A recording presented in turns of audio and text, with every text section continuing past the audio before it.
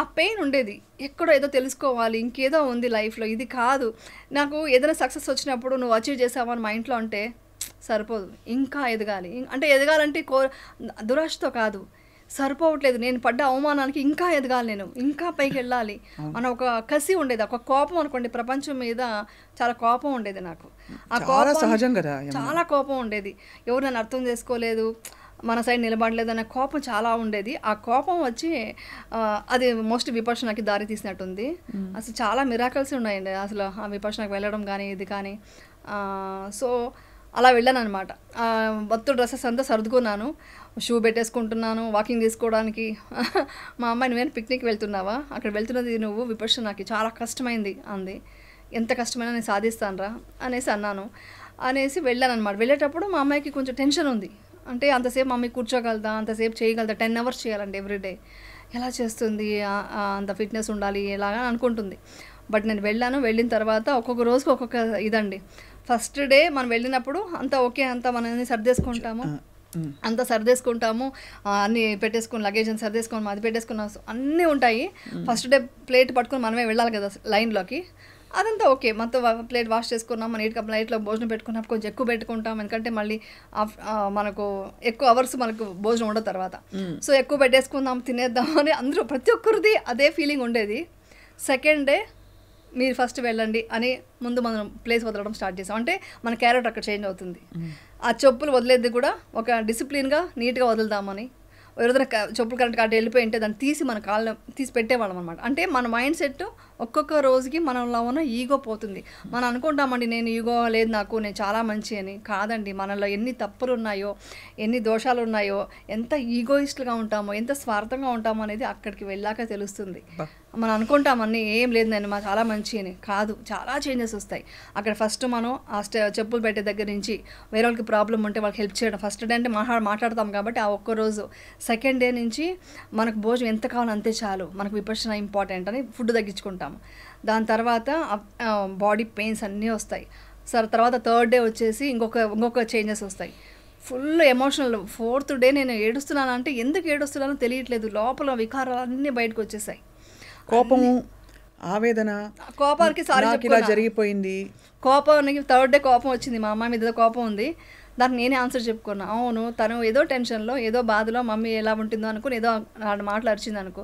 నేను ఎందుకు నేను అర్థం చేసుకోలేదు అంటే, ఎందుకు ఇంత సర్దుకుంటున్నావు, ఏదైనా పిక్నిక్ వెళ్తున్నావా అంది. నాకు కొంచెం కోపం వచ్చింది. నాకు కావాల్సింది నేను పెట్టుకుంటే నీకేంటి కోపం క్రియేట్ అవుతుంది కదా. దానికన్నీ నేను అక్కడ సారీ చెప్పుకున్నా. లేదురా తప్పు, మన తప్పు అని ఫస్ట్ సారీ చెప్పడం స్టార్ట్ చేస్తామండి. సారీ చెప్పిన తర్వాత ఫోర్త్ నుంచి మన ఈగో నేను అనేది తేలిపోతుంది. నేను అనేది నథింగ్. అలా ఒక్కొక్క రోజు చేసేటప్పటికి నాకు 7th డే యాక్చువల్లీ చాలా త్వరగా వచ్చిందంట. నాకు అక్కడ ఉన్న టీచర్స్ చెప్పారు 7th డేనే అక్కడ టోటల్గా భంగ అంటాము. భంగ అంటే ఒక టోటల్గా సెన్సేషన్ లేకుండా, మనసు సంబంధం లేకుండా, బాడీకి సంబంధం లేకుండా అవుతుందన్నమాట. అది జరిగినప్పుడు తెలియని అది చెప్పలేం, అది అనుభవిస్తే కానీ తెలియదు. అలా ఒకటి వచ్చిందనమాట. ఈ డీప్ మెడిటేషన్లోకి వెళ్ళినప్పుడు చాలా డీప్గా వెళ్తూ ఇంకా మనకు కొంచెం అవేర్నెస్ ఉన్న ప్లేస్లో ఒక భయం కలుగుతుంది, మనం ప్రాణం విడుస్తున్నామా అని. డీపెస్ట్ స్టేట్ అలా కలిగిందా? భయం అంటే మన చిన్నప్పటి నుంచి కొన్ని భయాలు పెట్టేసుకుని ఉంటాం కదా, అదంతా పడుకున్నప్పుడు అంటే మనకు సెన్సేషన్స్ చాలా అయిపోయింది బాడీలో. ఆ సెన్సేషన్ ఏంటంటే హార్ట్ బయటకు వచ్చి వెళ్ళిపోతుందేమో, మన బాడీయే లేదు, ఓన్లీ హార్ట్ ఉందన్నంతగా ఇదిగా వచ్చేసింది నాకు. ఎంత చేసినా అవ్వట్లేదు.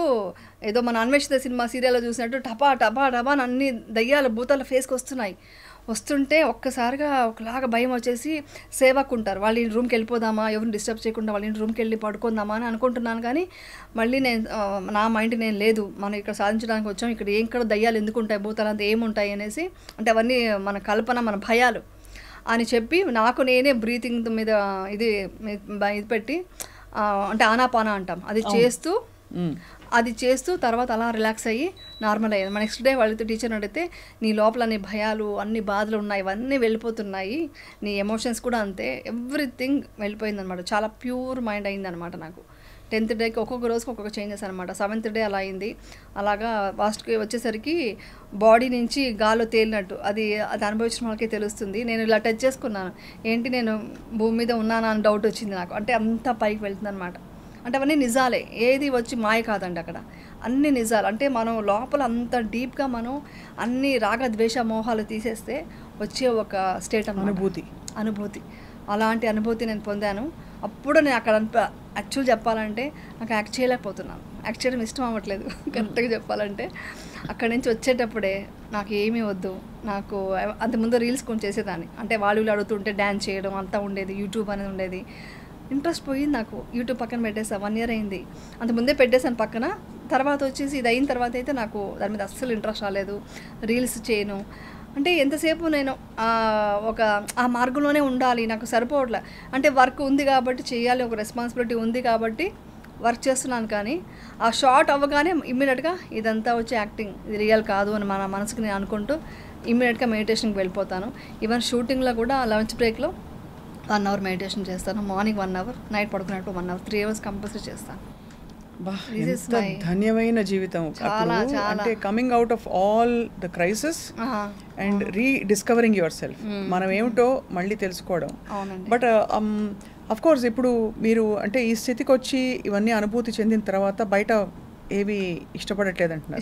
ఇష్టం అసలు. బట్ ఇంకా ఫంక్షన్కి వెళ్ళాలంటే కూడా రెడీ అవ్వడం అవన్నీ ఏమి ఉండదు, సింపుల్గా వెళ్దామనే ఉంటుంది. సరే వాళ్ళకి డిస్టర్బ్ అవ్వకూడదు. అంటే మనం ఏదో గెటప్లో వెళ్ళాం అనుకోండి, అందరూ మనం చూసి స్టార్ట్ చేస్తారు కదా, ఇది డిస్టర్బెన్స్ ఎందుకని కొంచెం నార్మల్గా రెడీ అయ్యి అలా వెళ్ళి స్మైల్ చేస్తాను.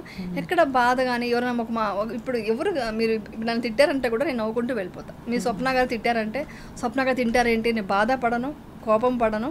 డెఫినెట్గా మేము జాలి వస్తుంది, నాకు జాలి దయ. ఓకే స్వప్న గారు తెలియదు, మాట్లాడుతున్నారు, ఇట్స్ ఓకే అని మీకు మంచి జరగని వెళ్ళిపోతారు. మీ ఆ వైబ్రేషన్ తెలుసుకుని ఏదో ఒక రోజు మీరే నా దగ్గరికి వచ్చి మాట్లాడతారు. ఇలా జరిగింది కూడా. చాలా మంది నన్ను కలవకూడదు, నిన్ను చూడడం మేము కానీ చాలా మంది నా ఇన్సిడెంట్స్ తర్వాత వెళ్ళిపోయిన వాళ్ళు నన్ను కలిసి అసలు నేను మిస్ అవుతున్నాము అని చెప్పారు. ఎందుకంటే నేను ఒక హాస్పిటాలిటీ చూసి ఇంత బాగా చూసుకుంటున్నావు, ఎంత కేరింగ్గా చూసుకుంటున్నావు, వీఆర్ మిస్సింగ్ యూ అని చెప్పారు. ఇది కదా అచీవ్మెంట్ అంటే. అది మీలో జరిగిన పరివర్తన అంటారా, లేకపోతే వాళ్ళలో జరిగిన మార్పు అంటారా? నేను ఎవ్రీడే మెడిటేషన్ 1 hour తర్వాత మనం ఒక 10 minutes మిత్తా ఇవ్వాలి. మిత్తా మీన్స్ ఈ టోటల్ యూనివర్స్లో అందరూ హ్యాపీగా ఉండాలి, అందరూ బాధలకు విముక్తులు కావాలి అని మనం ఎవ్రీడే కోరుకోవాలి. అలా కోరుకున్నప్పుడు ఒక్క మనిషి కూడా ద్వేషించకూడదు మనం. సో ఒక్క మనిషి మీద కూడా ద్వేషం ఇప్పుడు నాకు లేదు, 100% చెప్పగలను. ఒక్క మనిషి మీద కూడా. మిమ్మల్ని కష్టపెట్టిన వాళ్ళు కూడా లేదు, మిమ్మల్ని చాలా అన్యాయంగా లేదు, వాళ్ళు బాగుండనే కోరుకుంటా. దట్ ఈస్ విపశ్యన ఒక గ్రేట్ థింగ్. అది నాలో చేంజెస్ వచ్చింది. ఇప్పుడు అలా చేశాను. ఇప్పుడు ఎగ్జాంపుల్ ఉంది కదా, ప్రూఫ్. వాళ్ళు నన్ను వెతుక్కుంటూ వచ్చారు, నాకు నువ్వు కావాలని వచ్చారు. మా ఫ్యామిలీలో మా దూరం బంధువులంతా వచ్చారు నన్ను చూసుకొని. నన్ను ఈరోజు చూస్తే ఇంకొకటి కూడా అబ్జర్వ్ చేశాను. ఒక ఫంక్షన్కి వెళ్తే నేను నార్మల్గా ఎలా ఉన్నాను, ప్రతి ఒక్కరు నన్ను చూసి స్మైల్ చేస్తున్నారు. అంటే నాలో ఉన్న ఒక వైబ్రేషన్ వాళ్ళని నన్ను చూసి ఆప్యాయంగా స్మైల్ చేయాలని అనిపిస్తుంది. ఎక్కడ ఒక నేరో మైండ్తో నేను ఎవరిని చూడట్లేదు. ఏ మిస్టేక్ చేసినా కూడా